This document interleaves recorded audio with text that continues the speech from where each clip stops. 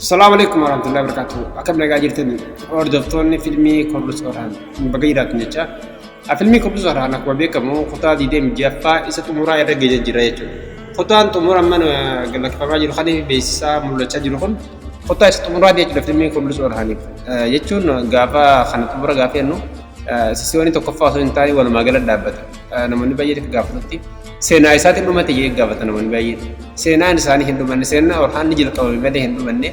Garuu dhaabbata filmichaa Mahammed Bozdag yookiin Bozdag filmii kan jedhamee beekamu dhaabbata filmichaa kanaatu filmii dhaabuudhaaf karoorsee jechuudha. Sababa raatingiin isa gabbuuti. Raatingii jechuun hordoftoota yookiin daawwattoota jechuudha. Daawwattoota yuutuubii irratti osoo hin taane gama TV biyyoolessaatiin daawwatama. TV kana irratti galii guddaa asirraa argatan.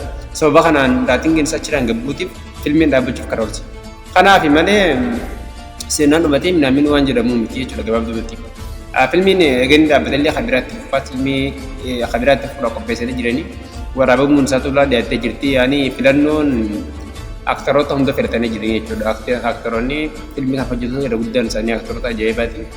Filmiin bifa ajaa'ibaatiin dhufuuf jiraata inshaallaa. Filmii kana keessatti warra akka filmii aktaroota keessatti argitan warra akka Nooyaan warra Aartooroon warra akkana hedduun ni argaman keessatti garuu aktaroonni kun ergaman argaman warra seenarra jirutu yaani namoota biraa aktaroota biraa argaman malee kun argaman kan duraan hojjetan kun gabaabdumatti.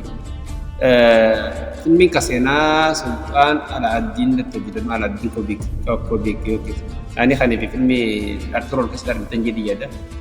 Isa sanii irratti hojjetameeti seenaa awwala jalqaba isaa irraa kaaseeti hojjetame. Filmii kun hangam fagaatu gabaabbatu hanga filmii Albaarsinaan namni kanarra hin gabaabatu.